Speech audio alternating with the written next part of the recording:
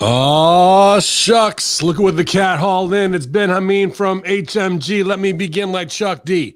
I got so much trouble on my mind about these no talent artists getting signed. They can't rhyme. And if it ain't bad, you got bootleggers going out like suckers. Motherfuckers, feel it's time that I let loose the lion. If not that, then I'll commence the head frying. Season 21, everybody want to rhyme, and then you go and sell my tape for only $5.99, please. I'm much too hard for this. No more will I take the booty end of the stick when this brother's getting albums when they know they can't hack it because their lyrics is plain like 8-ball jackets. They're telling me I can't tear it up.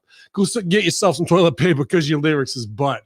Do you want to be in the business? Yo, it's the Monday Locker Room, infidels, and we love this business as we kick it off and kick out.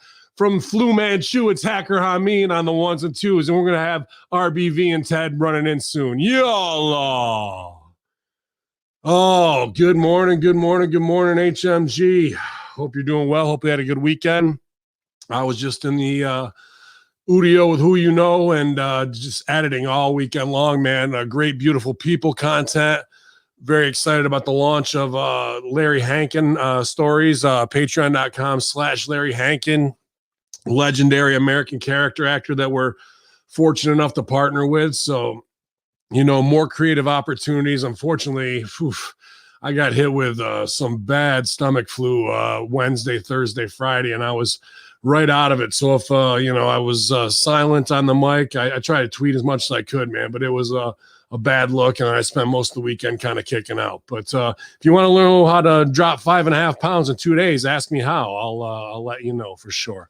But hopefully everything's going your way, and that's a better week. I wanted to see about getting out with referee sideburns, maybe playing 9 holes, but it's going to be raining all week long around here. So it doesn't look like that's going down. So we'll just have to work on our Ivan Putskis during Raw and on our rollout green. But hopefully you guys rolled out some green this weekend, rolled it up, and was able to kick back and chill. I'm actually anxious to talk to the man beast. Well, and as always, RBV too, but it was Derby weekend down there in Louisville. Some of my wives went down to hang out, and that's just a good time all the way around. Derby weekend's always the big to do there that year, and it looked like Beast was having a good time, man. Coming off his birthday, he and his wife and the dogs were all dressed up, and Mose is down there. He knows, he's in the chat room. Ken Sorrell, he's in the house. Mose, you might be on Hameen Media Group YouTube. I'm also dual broadcasting Ben Hameen channel right now as well. And last night I bit the bullet because I thought I was going to have to run in on Twitch. So I went and made twitch.tv/Hameen Media. We'll see how long before they pull that as we are waiting for more business today and solutions of where we're going next, hopefully, as I talk to Vinny Rue. So let me cough real quick. And we're back. Yeah, man, I just been taking that Dayquil tabs and some chest decongestant. So one's trying to keep the cough suppressed, and the other one's trying to get rid of the shit that I still got in my chest. If you don't hear the dulcet tones, as Larry Hankin said, of Ben Hameen. So yeah, Mo's in the right spot, man. Just takes him a little. He's a little slow. It was a long Derby weekend. A lot of mint juleps, a lot of Derby pie, whether it's on the infield or at the restaurant at Homemade Pie and Ice Cream Kitchen. Boom, dropping all the Kentucky references this morning. But yeah, man. Hopefully you're having a good one. But yeah, what else went down for me, man? It was just a lot of studio time. But like I said, this new patreon.com/Larry Hankin, I was very pleased to be able to collaborate with him and do more going forward and just preserve his legacy. You guys, if you don't know him by name, you would know him. That's him. Yeah, I know that guy. He's in Billy Madison. He's in Breaking Bad. He's in El Camino. He's in Escape from Alcatraz. He's on Seinfeld. He's on Friends. This guy's been in the acting game since the 60s, and it's just awesome. This dark, very dark. The first couple episodes, it gets not as much, but dark comedy, from his early lifestyle and growing up in Long Island. So very cool to edit. And I actually had to do like a 4-hour tutorial because I recreated recreated through a tutorial, a very great tutorial actually online, only 15 minutes, but it took me about 4 hours, but 15 minutes to watch. In Adobe After Effects, I redid the entire Breaking Bad opening sequence with the periodic table of elements that spell out his name and the meth smoke behind it, I guess it is.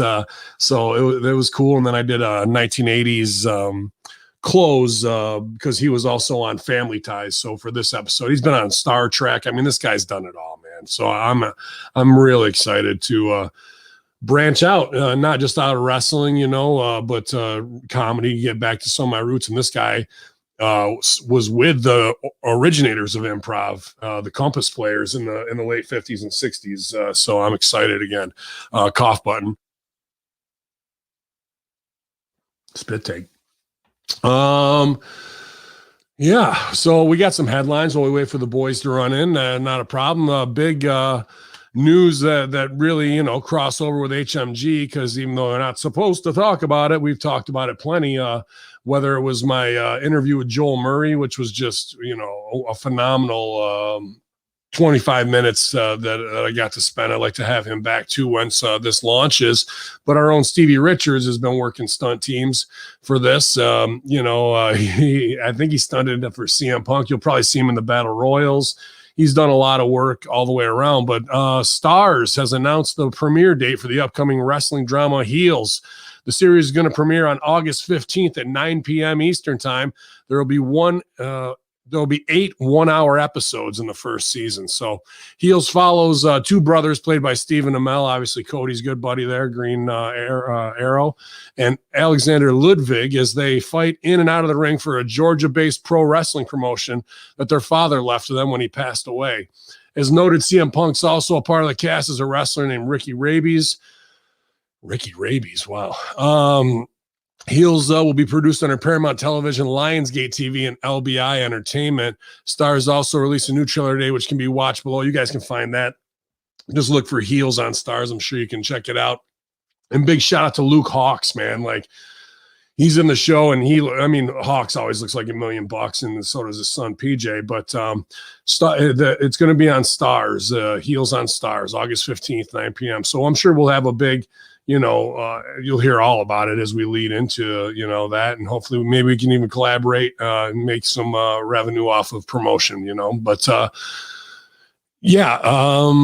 Amel's wearing a Stone Cold vest, and the other dude is kind of just like your classic looking wrestler dude. Both of them are jacked, but I don't know if they have wrestler bodies. They kind of look like jacked soccer players more than they do wrestlers. But it's cool, man. I'm glad, a high level drama in wrestling is getting produced. I'm glad the boys are making money. But I was gonna say, Luke Hawks, man, he's probably more responsible if you follow him on Facebook. He's been helping with the casting calls, and getting the boys jobs, man. And that's very cool. I know that he's right in there trying to do what he can with Wildcat Sports and keeping that, on the shelf during COVID time. This was a very cool thing where Hawks really dedicated himself, not just to being on the show, but also helping guys out of the industry get to that next level, where we're taking even faker bumps for TV. But Stevie had a good time, I know, working on there. It's slow on a TV show. You commit to a full day, It's not like wrestling is, where you get your buzz in 12 to 15 minutes, you're in and you're out. When you're on a TV set, even though it make it look like it's 12 to 15 minutes, it's 11, 12-hour days. So I know during COVID, it was super strict testing, and they went all out to make sure that their set was safe or what have you in the Atlanta area.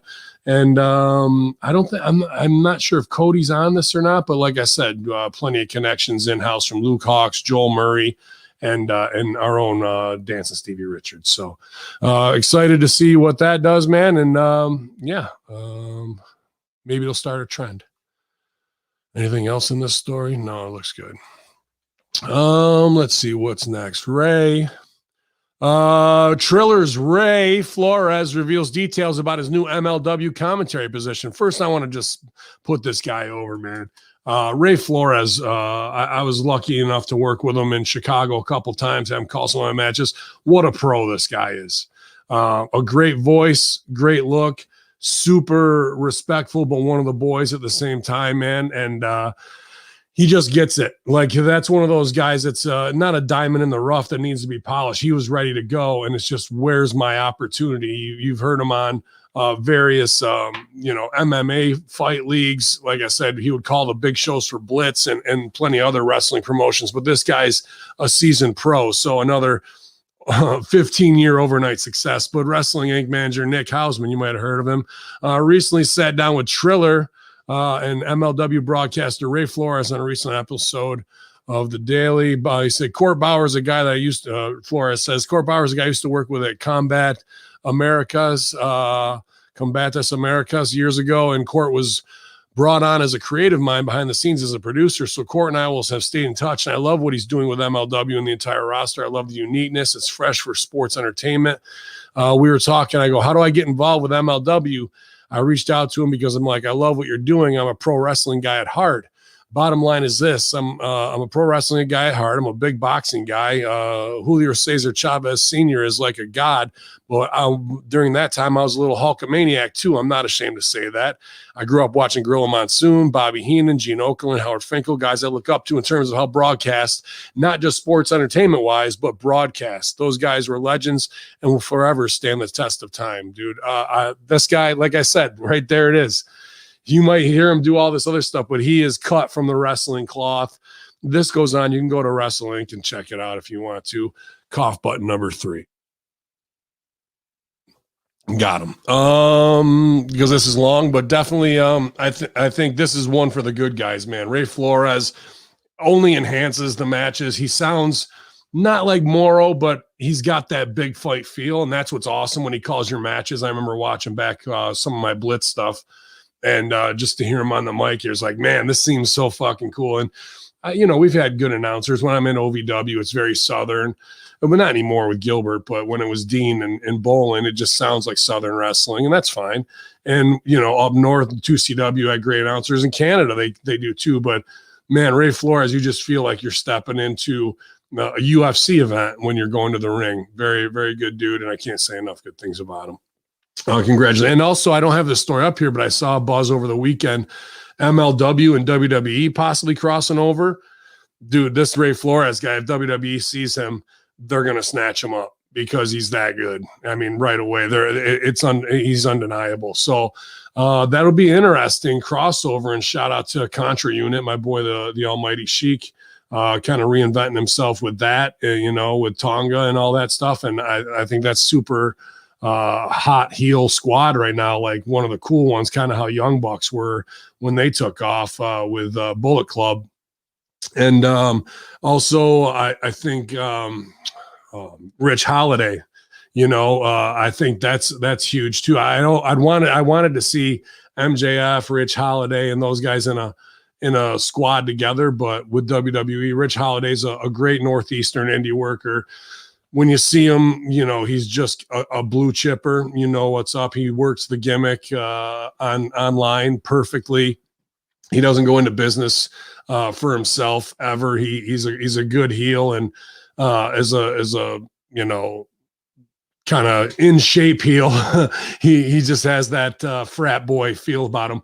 It's funny though, man. Like when you see him backstage, he's got his glasses on. He seems highly intellectual, almost like an accountant. He seems like Clark Kent, to be honest with you, when you see him, like kind of like not fumbling. I don't want to say he's like that, but if you were to like kind of recast Clark Kent, dude, Rich Holiday to me, that always pops me. But then he goes out in the ring. He's not Superman. He's an asshole. So that's all great too. But MLW, WWE crossover. What are you guys thinking about that, man? That's interesting opportunity, is the MLW seems a step above Evolve to me in the pecking order of wrestling. And WWE's kind of got Evolve as the feeder for NXT, but now with MLW, is this part of Triple H's project to kind of unite the indies and have territories? Because I remember, and this got shut down, and this is why people shit on Game for whatever reason. But at the end of the day, Game was a Killer Kowalski guy, and he fucking paid his dues. And he, from terrorizing to everything to being the bag carrier for the Click, to where he is now, cashing in $2 million in fucking stocks on a whatever, right before the next quarter.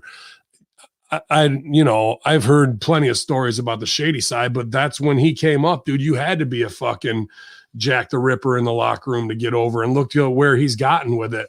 But he started from nothing at Kowalski's. So I got a lot of respect for Game. It's not like he's a fucking second generation, had it handed to him. He fucking scratched and clawed and worked for everything he's fucking got. But I had heard Game was gonna try and propose that we go back to a territory system with the indies, which I've said this too. And I think it's not like my own brilliant idea. It's just the right idea. They should have had DSW. They should have worked with OVW. They should have worked with Evolve. They should have worked with Limitless Wrestling. They should have worked with Blitz Pro Wrestling. They should, in Chicago, because then you're talking Kentucky, you're talking Florida, you're talking Northeast with 2CW. Absolutely, they should have fucking worked with 2CW. I don't know if Josh would have done it, but ESW in Buffalo, Upstate Pro in Rochester, could have gone up to Canada, worked with C4 or Battle Arts with Santino. And or that idiot Chris LaPlante, one of those three be more than enough, or even have Lance Storm run something up there, and then even NWA out in California and Marquez and all that kind of stuff. I can't remember who's in the Northwest running off the top of my head, and then there's plenty in Texas. But that's what Game wanted to do, and start taking NXT guys and sending them out, and they did that with OVW a little bit, but not much. But that's way better, because then these talents who are working in a closed arena, who think they're over, and it's just botch after botch, is, you're not learning much. Like when you got to learn how to work styles and work the crowd, that's the most important thing.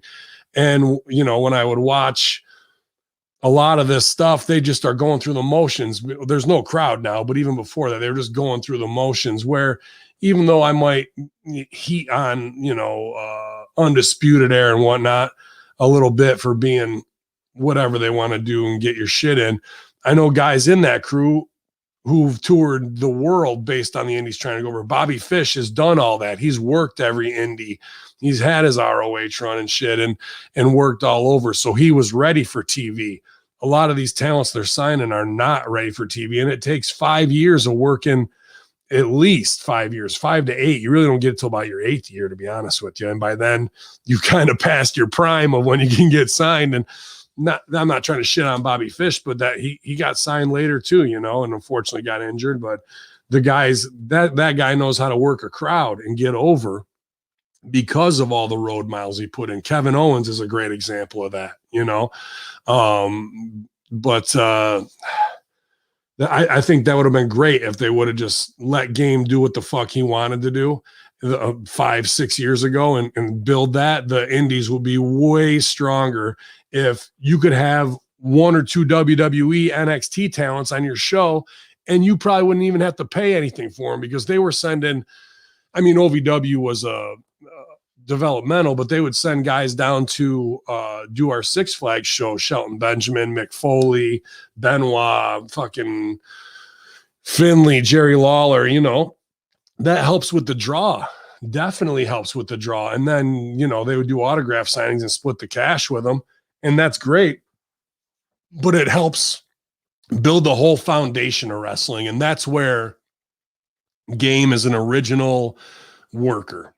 That's where he knows what's best for biz, best for the industry, and could do something to support it up, instead of, oh, this indie's doing well, we better come in there and take their whole audience and make sure, that attitude really doesn't do shit, man. The other way definitely has something. So maybe it took 5 or 6 years, and maybe this is the beginning of what we're seeing, and he's going to get his way, where the WWE works with MLW, works with Evolve. There was talk to maybe working with AEW back then, you know what I mean? And it's kind of going on a little bit with a Forbidden Door thing, but I also saw an interesting story on that I'll talk about, yada, yada. Hammerstone's a big guy. They said, is Hammerstone a big guy? Are you being sarcastic? He looks big on camera in his promos, But then when I saw him in AEW, I was like, is this guy like 5'9", 5'10"? And he looked jacked. He looks jacked. Oh, Hammerstone. Maybe I'm thinking of Warhorse. Hammerstone is a big fucking guy. I take it back. Hammerstone is a big motherfucker. That guy's fucking jacked, bro. He kind of reminds me of Triple H a little bit, dude. So, yeah, well, I was thinking of Warhorse there. So, because everyone's like Warhorse, and then I saw him, I was like, he's kind of more like War Pony than he is War Horse. So big shout out there. But shout out to all my horses at the Kentucky Derby. I picked the winner, but I only had them. I didn't pick like who's gonna win.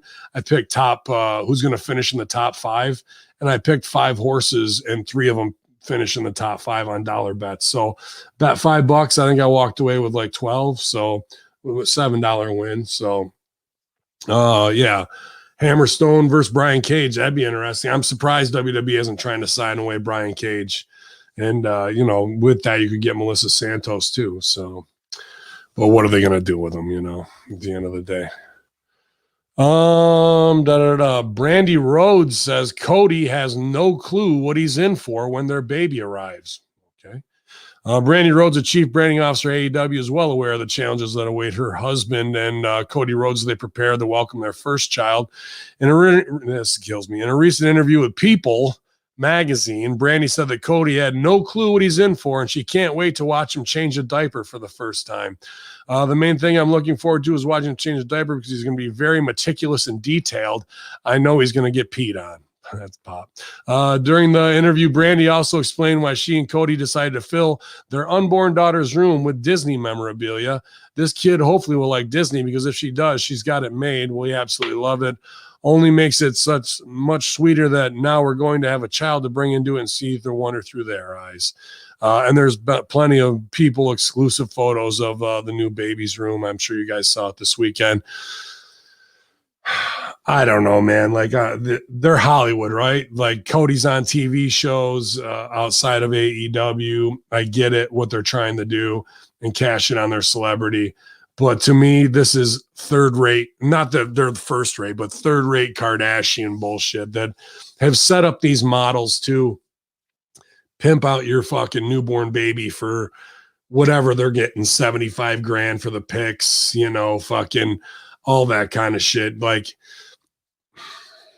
I'm not in that spot, so I don't know what I would do apparently, but it just gives me a fucking gross feeling to like, hey, here's everything about our unborn kid and we're going to monetize it and do that. But at the same time, baby on the way, mad bills to pay. That's why you drink Tanqueray. So, I can't hate on anybody making money, and she wants to be that and cash in on that mommy thing. So we had kind of Kardashians.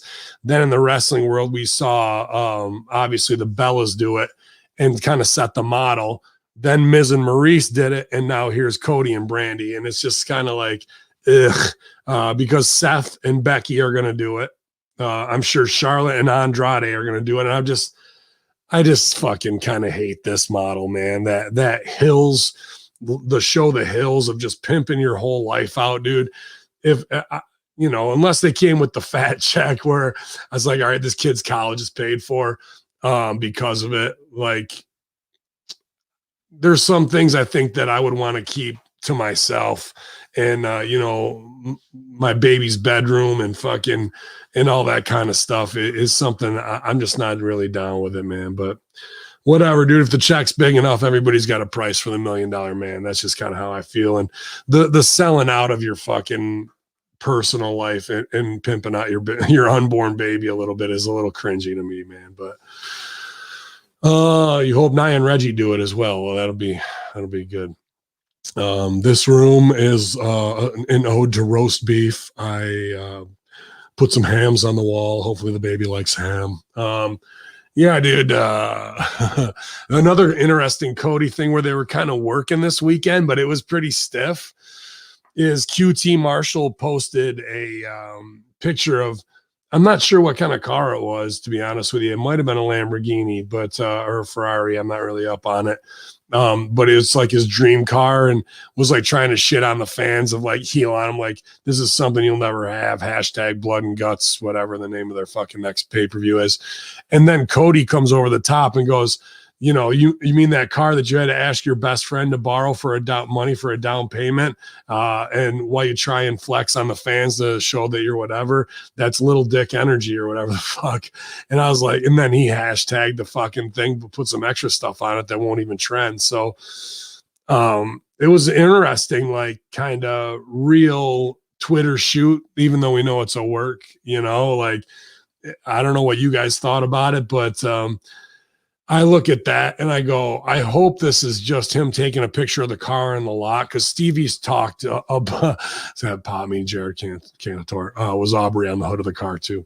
But fucking, I don't know, man. Like Stevie talks about this, and you see Stevie when he's flossing, or this shirt there here that's free I got on, of be smart with your fucking money, Is that QT's car for real? Because he now runs the Nightmare Factory and is clearing 5Gs on 20 students. You know what I mean? Like, and what's it take? Like, you never know how long this shit's going to last. And there's something to be said for carpe diem and live each day to the fullest and do what you want to do. But there's also something to be said about the, squirrel who puts enough nuts away for winter. Because winter is coming, as we've been told.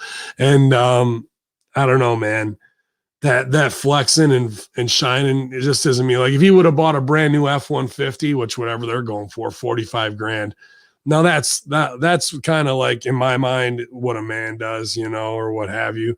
But like to have these fucking elaborate sports cars when you're really not a top guy, and you're just starting to get over and you want to do this stuff, that and shows people blowing money on frivolous shit that's only going to depreciate, man, it makes me sad, dude, because what if it all does end next year? Because cons, soccer and football and all that, and they went down from 1.2 million to 886,000 in 3 weeks. Biden kicked our ass this week, which sucks because that was a good show that they put on. Like I hate seeing people flossing for Atlanta or Hollywood or wherever it is and blowing all this money. And then 5 years from now, they're, scrapping when they're like, fuck, I wish I would have never bought that car. What I could have done investing $100,000 in the stock market and really been retired, or whatever fucking crypto shit you're making your money on, you guys. So that kind of, yeah, that gives me cringe chills too, man. Like I hope it's all really a work and that really isn't his car and that he didn't spend. I don't like seeing anybody spend $200,000 on a fucking luxury car for what? Like what edification do you really need, And one other thing too, I wanted to say about the Cody thing with the Brandy baby shower stuff with people. Like I think to myself, like, what was Dusty? I mean, what was Dusty's claim to fame? The working man, the son of a plumber. I'm not saying Cody don't work hard, because if you're working on Heels, you're working on Big Time TV or whatever that the show is that he was on with Snoop there, fucking, and you're working on AEW, you're working your goddamn ass off. There's no doubt that Cody Rhodes isn't a hard ass worker, but I don't know, because you had Dusty with the fucking fur coat. So I'm not, I don't know. Maybe I'm just, maybe I'm off my base here. But when I think working man, I think about a guy who knows and values every dollar and isn't in this mix of like, let me show you what I got just to fucking floss in front of you and act like a celebrity. A working man knows how to work smart because he worked hard. If you're up to your elbows in a shitter that's clogged up, and you've got a chance to fucking use your mind instead of fucking being in there, fucking getting some fucking dirty toilet water all over you, you appreciate every dollar that you fucking earn. So I don't know, that the two just kind of don't line up in my mind, the son of a plumber work ethic, but he's got it. He obviously does. He busts his fucking ass. He's smart. And I've heard, there's another story I'll tell about Cody that I know is, you know, there's a Fed in Binghamton kind of called Excite. I can't believe I'm putting him over, but a lot of guys used to work 2CW, work there, and it's just a one fucking place. They run one place, and it's just like a aborted child of 2CW. But there's a lot of great guys who work there, man. And Sean Carr, who definitely should be signed, helps with their training. But when they were, you know, well, they still are running on a shoestring budget. They had a ring, and Cody was like, they spent money to bring Cody in, man. It's not cheap to bring Cody in, 2-3 grand, like not cheap. Plus a flight, plus hotel. And their ring broke in the middle of the show, which it happens, you know, like, but it was an older beat ring, and they had to have it all welded and all that shit. And Cody, I think, just said, keep my payday, dude. Like $2 grand. I think he just kicked. He's like, get your ring fixed, bro, so you can keep fucking shit going on. That's what a fucking man does, bro. That's some shit that, you know, you would bring because Cody, not only is it just some good man shit, like that's just smart, like for yourself. Like I would bring Cody back 2 or 3 times if I could, based off of what good business he did right there. So even though I haven't worked for Excite for my own personal reasons, like I heard that story. I was like, that's the dude I know from OVW who was even like that at age 21, man, like way more mature than I was at 21, and knew who he was as far as Dusty's son. His Dusty was still alive, you know, at this time. And you know, he would take the boys out who were eating ramen noodles and fucking tuna packets, you know, once maybe every month or two he'd invite not just the cool kids club that you know, the guys who were over and signed, but he'd invite 5-10 fucking non-contract guys to come out to Cheddar's or wherever it was, and him and Punk would pick up the whole bill, bro, for like 20 people. So, and that wasn't to like, fuck you, I got money. It's like, hey bros, I know we're all in this shit together, and you know, I see you fucking struggling for your dream, you know. So that was some shit that I was real impressed with, because I was like 28, 29 at the time, and I was struggling, and here's this guy doing that. But the saga continues. Wu-Tang Beast, how you doing this morning, buddy? I'm doing all right. How are you all doing? Oh, great, man. I'm feeling a lot better after a shitty week of kind of stomach flu, man. I'm kicking out and having a good time talking, shooting my mouth off. I was just actually talking about Cody. You know, I talked about their People magazine spread this weekend with the baby stuff, but you know, that this kid, you know, has had that work ethic, and you know, whether it's him on all 3 shows that he's been on this year, 4 really, with Heels probably too. But maybe your memories of Cody back in the day at OVW. I remember when Cool Kids Club would go out to dinner and take, you know, 20 people out. I know you were there, like, yeah, you know, 5-10 contract guys. And then they'd pick us and, like, you know, see guys eating fucking tuna packets or whatever like that, and pick up a whole dinner at Cheddar's, him and Punk or something, man. I thought that wasn't like, look what we got, but it was like, hey, respect you guys following everything in the dream, and I know who I am, but I'm not going to rub it in anybody's face, man. There was a lot of real man shit that guy did at age 21 that a lot of guys aren't capable of. Yeah, he was very much, at least from my standpoint, a work hard, play hard kind of guy. I remember when he first came in also, and it was my understanding he had some previous training, but he told Al, no, I don't know anything. I'm starting fresh from here. And you know, he wanted to come in with a clean slate on things, didn't want anything necessarily given to him. And, you know, I feel like I have a lot of respect for the guy, because I've seen where he came from. And despite the fact that, you know, he came from a famous family, I don't feel he ever took that for granted. He wanted to work for his spot. And I think he's done that, really. Yeah, that's what, because I talked before he came on, him and QT got a little Twitter battle over some bullshit on this car that QT was flossing. I mean, it's all a work for the internet, but I just was like, man, I hate to see guys who get fast money spend it like that. I like to see long term, and being the grandson of a plumber, once you know how to work smart, even though you have the work ethic to work hard, you value it a little bit more, you know what I mean? So I hope the money keeps coming in for everybody, but at the same time, I hope guys aren't just blowing it short-sighted like some new money fucking rappers, and then 2 years from now everybody's like back to selling $10 8x10s. You know what I mean? Right. And that's always a lesson in wrestling, no matter how long any place has stayed around, but especially a new venture, a new upstart. You know, AEW still really in its infancy stage. I'd say really the first 5 years, you know, it's things are very much in flux, and you don't know if it's going to work out or not. I very much hope it does, but especially in its infancy with any new business, you better be saving those pennies and planning for the future just in case, because you just never know when the fun ride at the carnival might be over. Yeah, man. Or you could be injured. You know, that's it's not even the company. It could be something could happen tomorrow. You got to have that cushion, you know, if you have the opportunity to, you know, so. Yeah. You got to have that cushion if you're not getting the pushing. You know? Oh boy. Oh boy. But you were pushing it this weekend. I love seeing you in your crazy derby lime green outfits, man, coming off your birthday. So happy birthday to you, Beast, live on air as well. But good time for derby weekend down there in my old Kentucky home. Yeah, I guess the green paid off. We Brittany ended up winning. Like we did the gimmick where you draw the numbers, and if your winning horse wins, you get the jackpot. Everyone put in $10. Brittany won that, so I was like, sweet, nice. Because that, you know, I get the payoff from that too, right? I assume so. Right. Yeah, you're right. And then I couldn't help but play some bets of our on TVG and did pretty well with that. So you know, I'm going to probably now blow all of my winnings on trying to double or nothing, and then it'll all be gone. But that's all right. Nice. Yeah, I picked the winner. I picked 3 out of 5. I didn't pick like straight up who's going to win what. I did pick somebody who won show.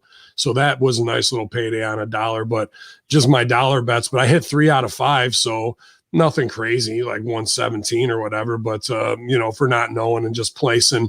I was looking at the guy who looks like Ric Flair there, who wins all the fucking time. Oh yeah, Bob Baffert. Yeah, no, I was like, look, Ric Flair, he's back. He wins every year. but his horses kind of got cocked over, so I was trying to see, you know, who else just might finish in there. But yeah, I won on the winner, and it was always a good time. Won a little bit on UFC this weekend too, but that's always just a great time. I was glad to see where commerce out trumps SJW morality, where they're like, oh yeah, by the way, you don't have to wear masks anymore. You know, yeah, all of a sudden magically the week before Derby, now. Now y'all can take them off. Now that we're getting some money pumped back into this economy, let's take them all off. Good rib. Right. Oh man, but what's not a good rib, and I love to hear it. I know you were working diligently on the Monday morning monologue. What do you got for us, Beast? Oh yes, good to be back here. I know it's been a couple weeks, but we are here with the Monday morning monologue once again. And, you know, sometimes in the hot sun, I like a big frosty mug of some summer shandy beer, maybe mixed with a little lemonade, which is great because today is lemonade day. And you know what they say, when life gives you high fructose corn syrup, citric acid, ascorbic acid, maltodextrin, sodium acetate, you know, and less than 2% natural flavors, you make lemonade. Am I right? Yeah, I love it. Maybe a little yellow number 5 in there. I don't know. But unfortunately, I can't do that right now because the world's going bananas. So I guess I'll make banana bread. I don't know. Oh, boy. Anyway, we have some headlines here. Thanks, 411 Mania, for your stories. First of all, Chris Jericho. He doesn't see a lot of value for AEW in an invasion angle with Impact Wrestling, according to a recent interview with comicbook.com, which is exactly the kind of thing someone might say right before they take over. I'm just saying. You know, I think the takeover is imminent here. I think so. Speaking of AEW, during an appearance on AEW Dark Elevation, Ryan Nemeth decided to taunt his opponent by doing, of all things, the Pee Wee Herman dance, which got a brief reaction from the man himself, Paul Rubens, noting that it was not bad, to which Ryan Nemeth replied, I know you are, but what am I? Did he really reply that? No, I wish he did. Oh, shit. In all seriousness, though, that is pretty cool. I just hope he took a picture because it'll last longer. Oh, on the other side of the battlegrounds, you could say, WWE's Asuka, she has a new video online with the former Raw Women's Champion watching a pigeon chase. You know, I think this is all part of Asuka's ultimate plan to form a pigeon army to take over the WWE. Mark my words. I'm just saying, don't be surprised if her and her pigeons stage a coup. Oh. I couldn't help it. I had to do it. Let the pigeons loose. No, you know, right? Yeah, a plug for the Beautiful People podcast. Former WWE superstar Summer Rae, she has taken her post-WWE career in a very different direction, taking an executive position with a cryptocurrency company. We wish her all the best of luck as he transitions from one phony business to another. And last but not least, happy birthday to the People's Champion, Dwayne "The Rock" Johnson, who turned 49 yesterday. This is a huge milestone because he's just now 1 year away from being able to main event next year's WWE Crown Jewel. Ladies and gentlemen, this has been your Monday morning monologue. Yeah, those were great ones, Beast. No doubt about it. Happy birthday, Rock. Future president of our own idiocracy. But that one thing I was looking for and I didn't bring up that you did was the Chris Jericho story there with Impact. Isn't that interesting? Because this week on AEW, they got their dick kicked in by the president's speech, which sucks because for one of the first times, Beast, AEW had the right format in their show, not stepping on every segment. They had a great first hour. People were kind of shitting on Darby in the main event, but I was like, nah, dude, it's your TNT championship. That's where you want the main event. You know what I mean? So yeah, you've already invested all this time and money and energy. So it's like, whether you agree with it or not, they've put the wheels in motion for that machine. So, might as well take advantage of it. And I thought the main event delivered. I didn't think it was the shits or anything, but just because the Bucks in cage in the first two segments were so good that it was tough to judge them side by side, but it worked. But unfortunately, the numbers won't back that up, and they'll scramble and probably go back to what they did 3 weeks ago, which was wrong. But what yada yada here nor there. There was a point there where Omega comes out and is talking shit, and I'm like, okay, here come the AEW guys. Where's Moose? Where's Swan? Where's Callahan? Bro, they didn't even mention Impact after this guy wins their title 5 days before that on pay-per-view. And I'm just like, suckers. Yeah. Tony Khan's like, idiots. Like, what kind of business is that, bro? When you could have had those guys on your show for free. Moose looks like, he's drinking a gallon of B12 water a day, bro. He's in insane shape right now. Better than on anybody's roster, really, to be honest with you. Like, he could walk in face to face with Lashley and people will be like, damn, Moose could probably fucking take him. I just am worried for Impact when they're doing big angles, when the champ is taking the belt off of your fucking champ, and then on their show when you're expecting the run-in and war, there isn't even a fucking fart in the wind of Impact's name. That has got to have the boys in that locker room scratching their heads, no? Maybe so, but it's with any storyline. I always, I like to wait to see how it plays out because there's also something to be said for, not wanting to tip your hand towards something like that happen, kind of letting the audience, quote unquote, forget about the potential that for a second. And then when the opportunity really strikes, that's when you pull that trigger. Will it happen or was it a lost opportunity? Time will tell at this point, but you're right. On the surface, it certainly seems like there could have been some capitalization on that. And so for it not to happen, it's a question of, is this all part of a greater plan or is this dropping the ball? We don't. I like what you're saying there because I just, you've been to Chicago with me, but there's mornings you'll be standing out there on the lakefront and here comes your bus and it fucking just, or you'll be just about to the end of the block and you see your bus drive by and you're like, fuck, but there's another one coming sometimes, but it might be right behind it. And then you get that feeling of yes, or you're sitting there waiting in the cold for 12 minutes while your eye sockets freeze and minus 45-degree winds off the lake. Those are the stiff ones. But that's kind of how I liken these opportunities of the storyline. Oh, there goes the bus and we missed it. I don't feel that way fully on this one. And I think you might be right. What if we build up stakes with Omega right to where he's about to go over and then Swan comes in and fucks him over at the pay-per-view or what have you and makes him drop his belt to whoever he's facing on that pay-per-view. There is a chance to do that, but there was that chance this week to come right back. I know if I lost my title and I had a whole locker room, I'd want the Invasion to come, and I don't know if it'll be as strong or if it will be. It might be if you lay off, you're like, what the fuck's going on? And then they show up, but they missed the first bus is my point, which could have absolutely happened. Yeah, certainly.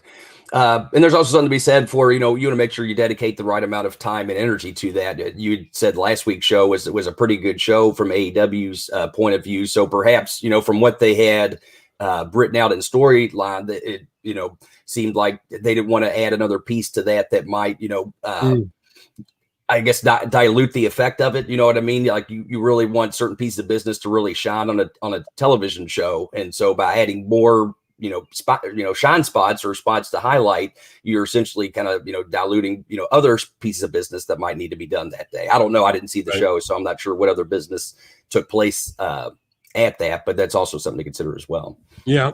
Yeah. Couple notes here on women training, and there's a bigger conversation to be had with this, but Natty calls Tamina, quote, the highest quality female performer in WWE. I'm not sure how much I agree that this goes on for a while, but Tamina has been in the shadows for over a decade. She's so nice, sweet, and humble. Natalia complimented. When I learned firsthand is that being nice, sweet, and humble does not get you ahead, especially in WWE. This moment for her at WrestleMania was a chance to prove to the entire world that she's really that the dragon is alive and well. She was one of the top worldwide trends. People were really rallying behind Tamina because her story is so relatable. Fans were cheering her name, and for me, that made me so emotional because some people go their whole lives without realizing their dreams, and I never want that to be Tamina's case. The fact that people are looking at her and going, wow, she's not only a contender, but this girl is also worthy of being a champion, and she's so worthy of carrying the women's evolution. Tamina is a diamond in the rough. She's the highest quality performer in WWE. So nice words there, and they're friends and tag team partners. But at the same time, she's training her, and Natty and TJ have this warehouse where they're now training WWE divas like Lana and her to be competent workers, and this is Natty working while being nice in a babyface way. But why the hell is this happening when we have NXT with 6 rings and fucking full everything? We got to buy warehouses now and train in private because we can't. Well, it's so weird how they would have the biggest class in NXT history this past year, and for some reason they don't have enough ring time for everybody. It's almost like there's a correlation or something. But I will say, bravo to the women that are taking the advantage and, taking their free time to go and get extra work, whether, you agree with, her in-ring stuff or not. I saw, Lana's, traveling out there to get some extra ring time. So, I say kudos to if you're putting in the time, the effort, the energy, that's great. But you're right. It's like, well, what is wrong with the system if the development and training that they have in place isn't adequate enough to, get the workers to a certain level that they're looking for? Yeah. Yeah, that's the double-edged sword. One thing with Tamina too, and I like Tamina. I think that's a real, and she's getting in better shape. She's always kind of battling the bulge a little bit, but she's in great shape. She's got the gimmicks out in her new gear, and working with Natty, splitting time in a tag team is only going to make you better. Like, as far as that goes, and most singles wrestlers are better if they started out as tag team wrestlers. So that's another bonus, but. Dude, this week on SmackDown, and it was a interesting and decent SmackDown. Main event was fucking great, but opener we get Shitty Six Intergender with Street Profits and EST, and they go over, dude. Fucking that Montez Ford guy's unbelievable, bro. He fucking hits this springboard frog splash. Like he doesn't jump up to the buckle, he jumps right next to it, and he sky highs. He almost goes out of the widescreen shot, dude. It was crazy. Wow. Yeah, and he drills it. I mean, unbelievable. Possibly one of the top 5 frog splashes I've ever seen. And boom, 1, 2, 3. Then next match is girls tag, and Tamina goes over with a splash that. If you didn't just see one that was one of the top 5 ever, wouldn't have been too bad, but it was like me going off the top rope splash, and you know what I mean? So it was like, it's just hard to fathom how something like that doesn't go unchecked, only because I know of how many shows I've ran. It's like, hey, what's the finish for match number 1? Okay, what's the finish for match number? Oh shit, we're doing 2 back-to-back splashes. Let's try to fix that. And it seems like that would be an easy fix. They were both the finish with babies up. And then third match is Big E versus Apollo Crews. Oh, And rematch. yeah, and dude, Big E hits the fucking splash. 3 matches in a row, bro. I'm going. Heat's on the agents here, right? And be splashdown. And you know, not heat on Big E, but if you know Montez Ford's up and you know Tamina's up, chances are you're doing a splash. Why would you do a splash in the third? But then I said to myself, and I got to go back and watch the main, but I doubt either guy there did it. Rip, and I want to hear your opinion. Rip would say hit the move, like if you're booking the whole show, I just go to the sunset flip thing, right? Guy wins in the first match with a sunset flip. So in the main event, when you do a sunset false finish, flip, it's a falsie and it means something. However, we didn't do that here. We got the splash over big time, but we didn't use it as a falsie in the main. It was just agents and the boys. Like, dude, if you see the booking sheet and you got Montez Ford and Tamina, I wouldn't have had one of those finishes that way, you know. Or at the very least, you know, you go for it in the main event and roll out of the way at the last second to make it look like, oh shit, that would have been the end. You know, it's always an opportunity as a worker, but at the same time, I also know, unfortunately, as part of that particular machine, they're very big on, you know, everything being planned out ahead of time, and unfortunately, when that happens, stuff like that ends up falling through the cracks, and you can't. A lot of times, unless it comes from, you know, the top down, you can't fix that quickly. You know what I mean? So even though a worker like Big E, you know, might know better, like, oh shit, I probably, you know, shouldn't be doing the splash at that time. You know, they're already in the middle of the taping, and you know how much it takes for a decision like that to be changed over. And you also put yourself at risk of like, okay, you know, you're right, so we'll have the heel go over. You know what I mean? Or switch it up to where you get fucked over because you brought up a good idea. You know what I mean? So it's like, you know, better keep your mouth shut and just do the splash. Take your win, even though you know probably know at your heart that it's not, you know, really the most. I don't want to say necessarily it's bad psychology, but it's just, you know, it's kind of anticlimactic. You know, see the same thing 3 times in a row. Especially after you had the one guy. If you did it this way, I might not have as much problem with it. Big E does his that's not a finisher, and you put that match in the opener. Then you have Tamina do one that's not that great, but is the finish. Then you have Montez Ford jump out of your fucking TV screen and hit his. So at least we build it that way. This went the other way. It went follow this. No, I can't. And that's not fucking, you know, so that, you know, that we got to do better than that. We just really have to, because there was 2 Russo brand HMG listeners who tweeted that to me to talk about this. So if your audience at home is going, why would you do the fucking splash after he did the splash? Then now you're really breaking, you know, the reality of what we're trying to create. So some interesting and strange choices where maybe WWE's way too compartmentalized and nobody's even talking to each other. And you go agent your shit, I'll agent mine, and we're not even going to look on the booking sheet at what the finish is, you know? Yeah, it's sad to see, really, especially when you and I have both been a part of shows where we see, you know, the checks and balances where that can easily be found and fixed. You know, because sometimes stuff does slip through the cracks. Even, you know, we weren't necessarily the perfect bookers as far as, you know, stuff would sometimes come like, oh shit, we didn't account for that. But then it gets changed in the moment. But when your system's set up to where you can't make those changes in real time, it makes it hard to be able to put on the best product you possibly can. Yeah, absolutely. The other person who's training is Liv Morgan, and these are dangerous tweets. She captioned a video that she put out with after training with pro wrestler Jason Cade. The video ends with Liv hitting an electric chairlift into her Hurricanrana pinning combo, very clean. She says, "I want it at WWE," which means to me there was some meeting where they said who's going to step up and who wants it, and that's why Lana, Tamina, and Liv, and who knows who else are training. And again, she's in some garage warehouse in a ring. And I'm not trying to shit on Jason Cade at all, because, you know, dude, this is some of the cleanest wrestling I've seen. We've seen Liv take some ugly botch bumps, bro, like where you're like, oh, god damn, this poor girl. But we can walk through these lucha spots and get them clean before we roll tape, and it's whatever, because it's all about repetition. But these tweets like, I want it, WWE, is like, they're so dangerous of going into business for yourself. They're like, oh, she wants it. That means she's fucking, her head is fucked up, and now we can mess with her a little bit, right? And right from there, these girls might train wrestling. Lana too.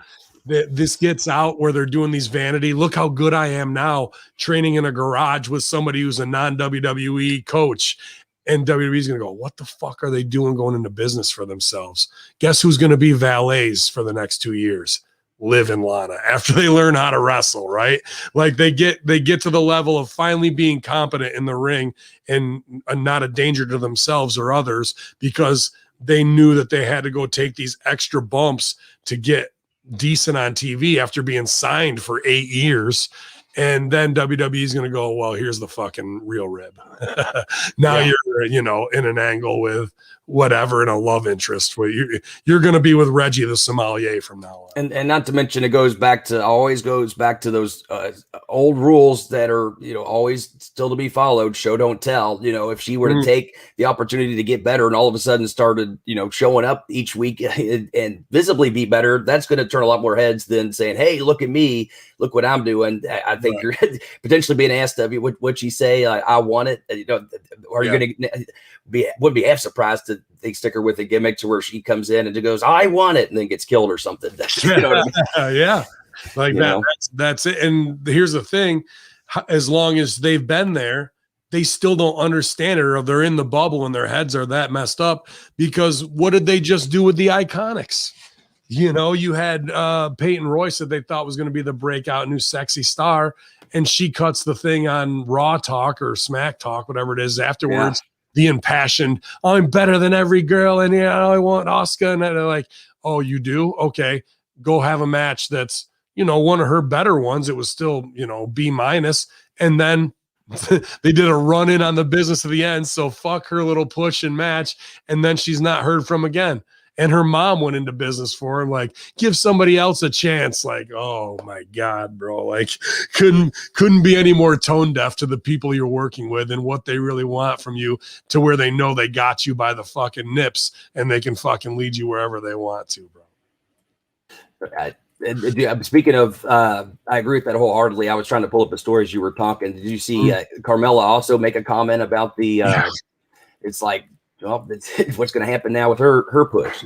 she's as clueless as to like what the reality of, like, I was excited to work with Billie Kay. They did one thing on TV together, and they act like it's going to be they go down the road together, I'm sure, and they invent this whole fucking thing for themselves, and they think it's something, but the fans are just like, what are you doing? Like, and it's not going to get over, man. That, like, unfortunately, none of that stuff is, whether you're fake Cardi B or a MILF who drinks fucking Malbec and whatever it is. Like, it's not connecting with anybody, and they don't really know how to get themselves over. Riot Squad, I was surprised, I like, our OVW sister as well, but I was surprised they weren't on the chopping block, and I got to believe they're close to that line.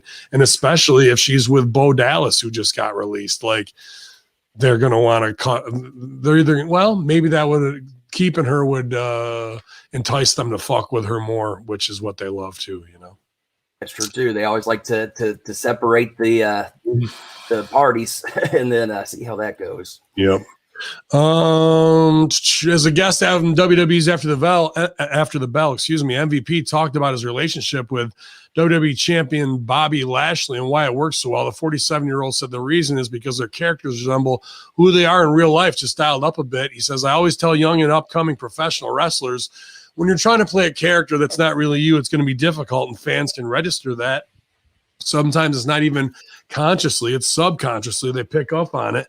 But Bobby Lashley really is the combat athlete. Bobby loves to train. Bobby's the happiest when he's training and fighting. The Lashley you see on screen is Lashley when his own personality is turned way up. MVP is me with my volume, my personality on 11.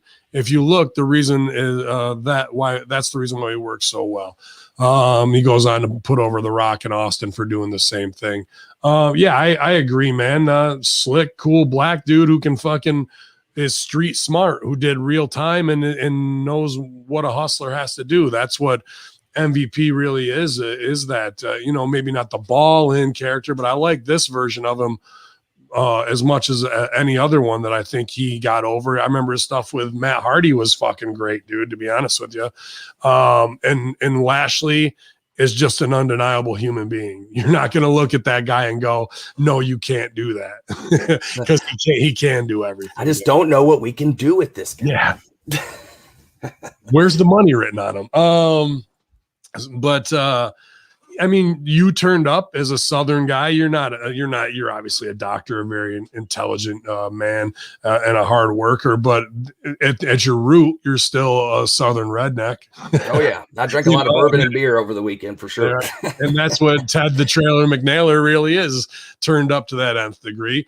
And Bin Amin, Yallah, is my foundation of conspiracy theory and 9/11 truth, all the way back to JFK, and pushing those buttons that if it was, one version of me, it'd be one thing. But the other part is when you hear it from Bin Laden, you don't want to fucking deal with that. You don't want to hear those inconvenient truths. Right. So you and I are definitely turned up mine in a little bit different direction, but that's why our segments usually connect with the crowd of where we're working almost more than anybody else on the show. Yeah. People one, it's easy to turn up the volume when you're already kind of channeling parts of your inner self and your own personality. Sure. But the crowd picks up on that and gets a better vibe of who you are as a person. So whether you're trying to get heat or trying to get over, there's that emotional connection because they get it. They understand where you're coming from as a character, and they can get into the story you're trying to tell more. Absolutely. And you can go to your inner, monologue and bring out some truths and say it whichever way you want with a harder, law behind it, or, hey man, and that's going to be the character on top of what's really true. And you can be in the moment and not have to worry about what lines am I going to say next. It's just, I'm this and how am I reacting in this point, Yeah. Nick Jackson, one half of the AEW tag champs, took to Instagram to share he's fully vaccinated, because some people were ribbing him saying he's anti-vax, and he got back at him. So it was kind of a fuck you, but I don't know if that's the fuck you I'd want to lay down. And then also The Rock, the birthday boy, receives his second COVID-19 vaccine. Maybe. I mean, the guy's in terrible shape and morbidly obese. He's really in a high risk factor for that. But if you're vaxxed, do you? Hacks is not getting vaxxed until it's fully mandatory. And even then, dude, I won't stooge him off. I had 4 Russo brand followers because I was like, dude, how long? I'm like, I can Photoshop this fucking vax card that everybody's holding up as a virtue signal in 5 minutes. Bro, I got 4. I go, we could be doing forgeries at $250 a pop. I got 4 emails within 48 hours going, hey, bro, heard you on Russo brand. Is there any way you can get me one of those forged cards? I was like, yeah, let me get the fuck on that and start doing felony forgeries real quick for $250 and start laying them out there because I got nothing else to do with my days. But it's funny, but it's also sad and scary that that's where we are now, bro, of like people who aren't willing to just say, fuck you, I'm not getting vaxxed. And if you think you're going to treat me as a second-class citizen, you're out of your goddamn mind. Instead of saying that, we're going, hey, can I get the forged papers to go through this system? Like, that's kind of fucked, right? I mean, completely. Yeah, it's like, in a sense, it's, I have a slight deviation from the thoughts that maybe you have, but I think where we agree is it's almost like in order for you to enjoy your full freedoms as an American, you're gonna have to give up just this one little piece first. What I mean? And it's like, right. That to me, that's just something just doesn't feel right about that. No, it's definitely mind control in order to have to do that. And you create a Indian caste system of have and have nots. And this is already being talked about, like 2 different levels of society in Israel, because they were the first testing ground and they're all into the fucking New World Order cabal of what this whole thing really is, as opposed to a health scare, but a complete takeover of prison planet. So, those 2 guys leading the way, and Rock's going to be the president of Idiocracy within the next 4 years anyway. So, Kofi Kingston takes a shot at Omos, and AJ says, in response to they're absent from WWE program, says, wow, they still work here? Well, all right, let's get that 12, baby. I don't know what get that 12 means, but because I'm getting older and I don't. There's another thing about how many times have they held the titles? Yeah, that's it. It does the 12th reign of as champions.